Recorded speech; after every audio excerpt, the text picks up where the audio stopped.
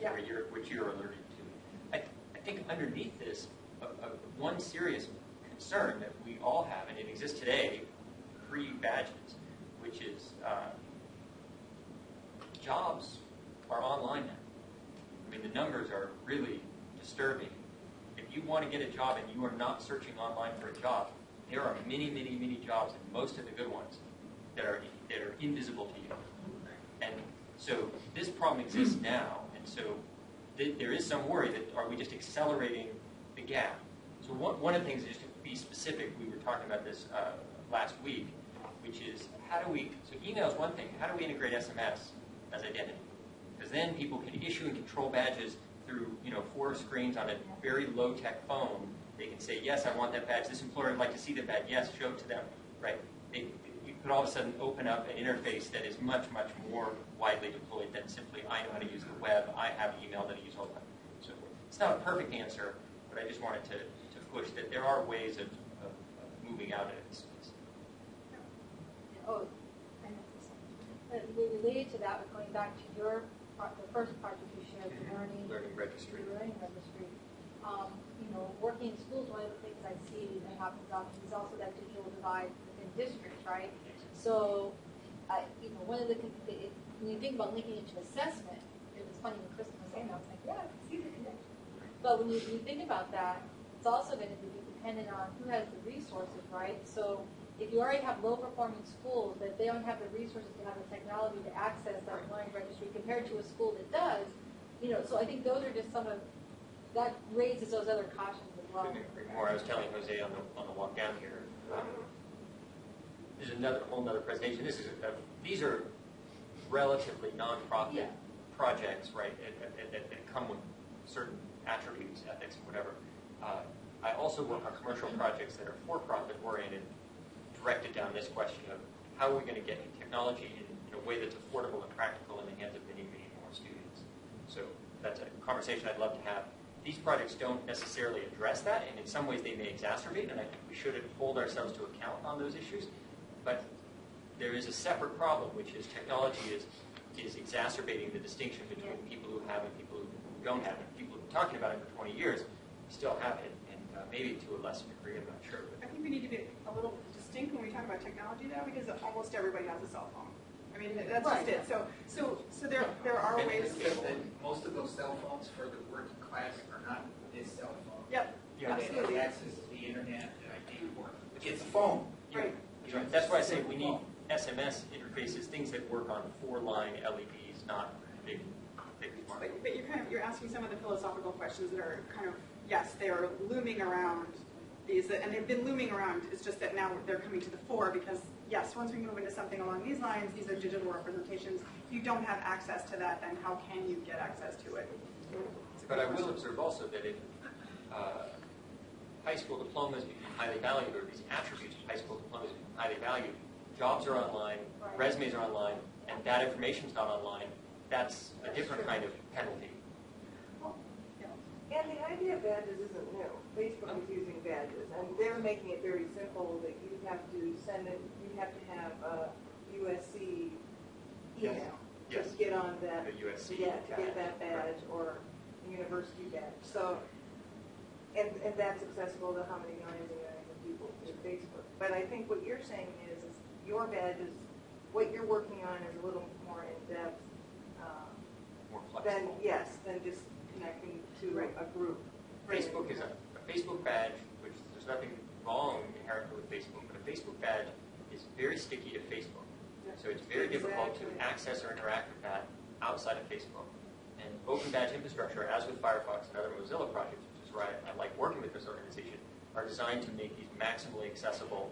So even if you don't use Facebook for whatever reason, or you don't have access to certain things, it's possible to deploy these things in ways that will be accessible.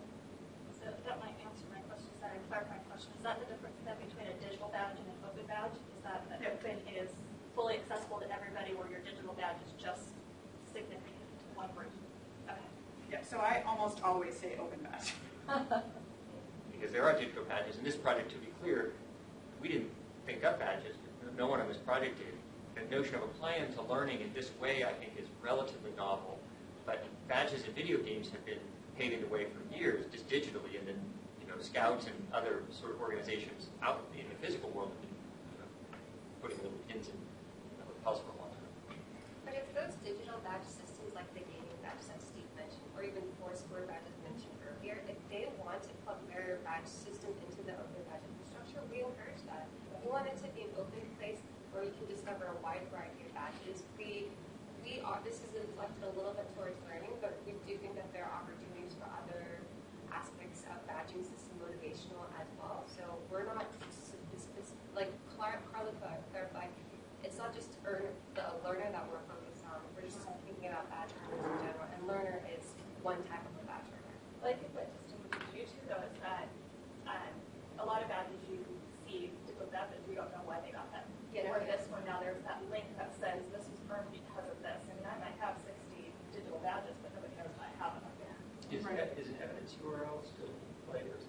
Yes, no. Yeah, so the notion of an evidence URL, which is, so there's the concept of what did you earn this for, and then why did you earn it, which could be a link to another location which stores your portfolio or the thesis or whatever it is that you created that shows that work led to this badge according to this person for this criteria, right? So there's both directions of the work I did and the credentials from the organization. In the backpack structure, when it's saving the badges, does it organize them in any particular way? Because I can see how it would become badge overload, where it would be So that's a great question, and it is one of those, if it happens, we'll be really happy because then there'll be an explosion. I like to think of it as the Cambrian explosion of badges. So that is a question that we're working on. It's part of the UX, so part of the user experience. So what happens when there are thousands of badges out there, or let's say someone's very motivated by badges and they want to go out and they're just a badge, collector to a certain degree, and that can happen. So it's lots of different ways, and I'm skipping over that whole intrinsic, extrinsic motivation question just to make everybody. I'm going to skip that. But it is an issue. So what will happen within the backpack? We definitely need a search function, right? And we need to be able, and there are questions about whether or not issuers can be categorized and whether or not they can join a registry with us saying like, okay, these are all the people who signed up and say they issue badges and these are kind of the badges that they issue. But it extends the process or extends the project that we're working on quite a bit in order to do some of these things. So we're really trying to focus on right now, making sure that the initial aspect is really an effective and useful project. But it is something we definitely want to address. And I think it's very tractable as we start thinking about different sorts of associations with badges, which is, Common Core, just as the single example, you can go all the way down to the lead, for a specific type of learning. But you can go up further and refer to things that are 8th grade algebra, right? So you can just talk about that. There's a whole pile of stuff underneath that, but you can say this badge, 8th grade algebra, and all of a sudden now you know a whole bunch about that badge, which could allow you to auto-organize it in various ways. So here are all the badges you've got on YouTube. Here are all the badges you've got from the California Department of Education. Here's all the badges you've got around the country for Common Core learning, right? Any number of ways of pivoting and organizing things to do something in an automated manner to help create some order out of this, so it's not just a total stew. And related to that, Carla and I were talking about this happy scenario. What if badges really takes off and becomes super popular, and it is utilized kind of as an adjunct to your resume for hiring practices? What if somebody doesn't know how to display their badges and just gives a hiring manager 100 badges to take a look at? They're not going to want to take a look at that. So there's certain things that we have to think through to kind of help with that end of interpreting badges useful or displaying badges in a meaningful way or effective way. And we can talk about that actually. Believe it or not, there is someone in Parsons who's working on something like that. So, but getting to that question too, also addressing that from the standpoint of